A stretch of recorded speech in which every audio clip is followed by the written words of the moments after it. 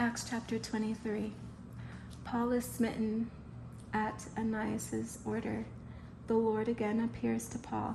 40 Jews plot his death. He is delivered over to Felix. And Paul, earnestly beholding the council, said, Men and brethren, I have lived in all good conscience before God until this day. And the high priest Ananias commanded them that stood by him to smite him on the mouth. Then said Paul unto him, God shall smite thee, thou whited wall. For sittest thou to judge me after the law, and commandest me to be smitten contrary to the law? And they that stood by said, Revilest thou God's high priest? Then said Paul, I wist not, brethren, that he was the high priest, for it is written, Thou shalt not speak evil of the ruler of thy people. But when Paul perceived that the one part were Sadducees, and the other Pharisees, he cried out in the council, Men and brethren, I am a Pharisee, the son of a Pharisee. Of the hope and resurrection of the dead I am called in question. And when he had so said, there arose a dissension between the Pharisees and the Sadducees, and the multitude was divided. For the Sadducees say that there is no resurrection, neither angel nor spirit, but the Pharisees confess both. And there arose a great cry, and the scribes that were of the Pharisees' part arose, and strove, saying, We find no evil in this man.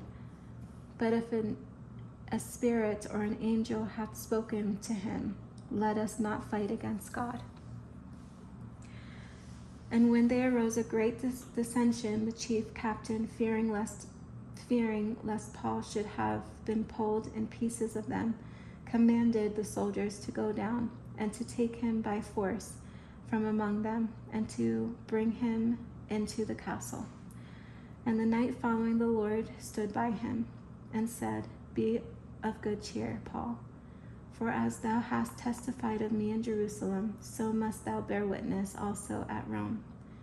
And when it was day, certain of the Jews banded together, and bound themselves under a curse, saying that they would neither eat nor drink till they had killed Paul. And they were more than 40 which had made this conspiracy. And they came to the chief priests and elders and said, We have bound ourselves under a great curse, that we will eat nothing until we have slain Paul. Now therefore ye with the council signify to the chief captain that he bring him down unto you tomorrow, as though you would inquire something more perfectly concerning him. And we, or ever he come near, are ready to kill him. And when Paul's sister's son heard of their lying in wait, he went and entered into the castle and told Paul. Then Paul called one of the centurions unto him and said, Bring this young man unto the chief captain, for he hath a certain thing to tell him.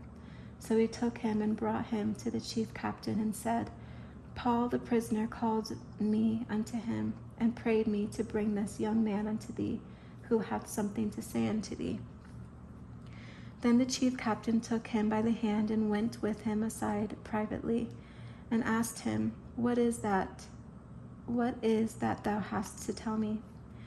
And he said, The Jews have agreed to desire thee, that thou wouldest bring down Paul tomorrow into the council, as though they would inquire somewhat of him more perfectly. But do not thou yield unto them, for there lie in wait for him of them more than 40 men, which have bound themselves with an oath that they will neither eat nor drink till they have killed him. And now are they ready, looking for a promise from thee. So the chief captain then let the young man depart, and charged him, See thou tell no man that thou hast shewed these things to me.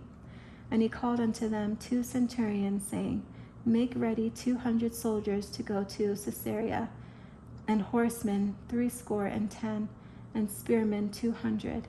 at the 3rd hour of the night, and provide them beasts, that they may set Paul on, and bring him safe unto Felix the governor.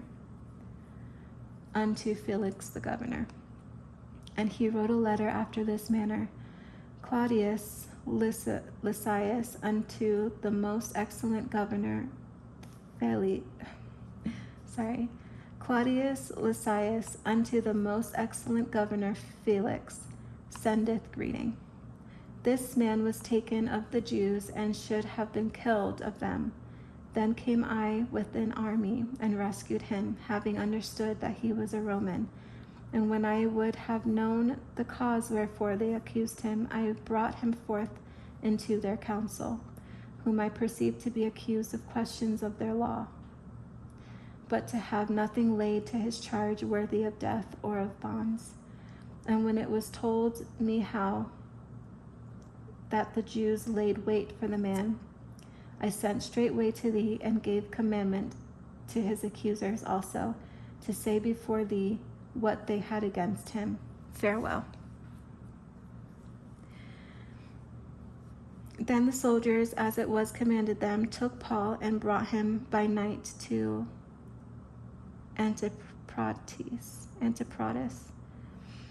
On the morrow they left the horsemen to go with him, and returned to the castle, who, when they came to Caesarea and delivered the epistle to the governor, presented Paul also before him. And when the governor had read the letter, he asked of what province he was. And when he understood that he was of Cilicia, I will hear thee, said he, when thine accusers are also come. And he commanded him to be kept in Herod's judgment hall. Acts chapter 24. Paul is accused of sedition. He answers in defense of his life and doctrine. He teaches Felix of righteousness, temperance, and the judgment to come. And after 5 days, Ananias the high priest descended with the elders and with a certain orator named Tertullus, who informed the governor against Paul. And when he was called forth, Tertullus began to accuse him, saying, seeing that by thee we enjoy great quietness, and that very worthy deeds are done unto this nation by thy providence, we accept it always, and in all places, most noble Felix, with all thankfulness. Notwithstanding that I be not further tedious unto thee, I pray thee that thou wouldest hear us of thy clemency a few words. For we have found this man a pestilent fellow, and a mover of sedition among all the Jews throughout the world, and a ringleader of the sect of the Nazarenes, who also hath gone about to profane the temple, whom we took, and would have judged according to our law. But the chief captain Lysias came upon us, and with great violence took him away out of our hands, commanding his accusers to come unto thee, by examining of whom thyself mayest take knowledge of all these things, wherefore we accuse him. And the Jews also assented, saying that these things were so. Then Paul after that the governor had beckoned unto him to speak, answered, forasmuch as I know that thou hast been of many years a judge unto this nation, I do the more cheerfully answer for myself, because that thou mayest understand that there are yet but 12 days since I went up to Jerusalem for to worship.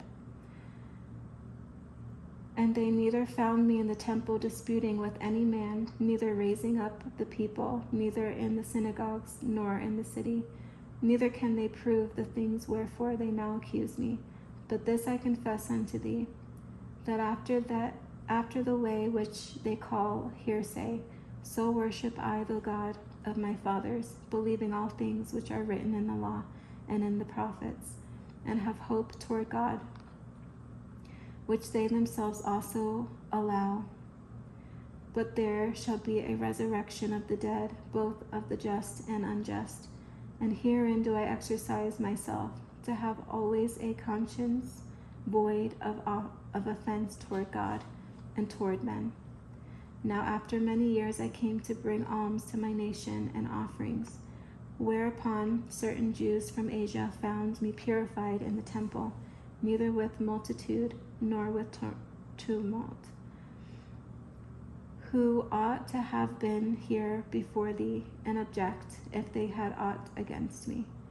Or else let these same here say, if they have found any evil doing in me while I stood before the council, except it be for this one voice that I cried standing among them, touching the resurrection of the dead, I am called in question by you this day.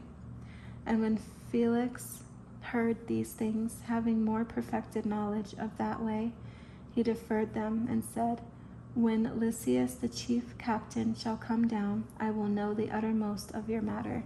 And he commanded a centurion to keep Paul, and to let him have liberty, and that he should forbid none of his acquaintance to minister or come unto him. And after certain days, when Felix came with his wife Drusilla, which was a Jewess, he sent for Paul, and heard him concerning the faith in Christ. And as he reasoned of righteousness, temperance, and judgment to come, Felix trembled and answered, go thy way for this time. When I have a convenient season, I will come for thee. He hoped also that money should have been given him of Paul, that he might loose him. Wherefore he sent for him and the oftener, and communed with him. But after 2 years, Porcius Festus came into Felix's room, and Felix, willing to shew the Jews at pleasure, left Paul bound.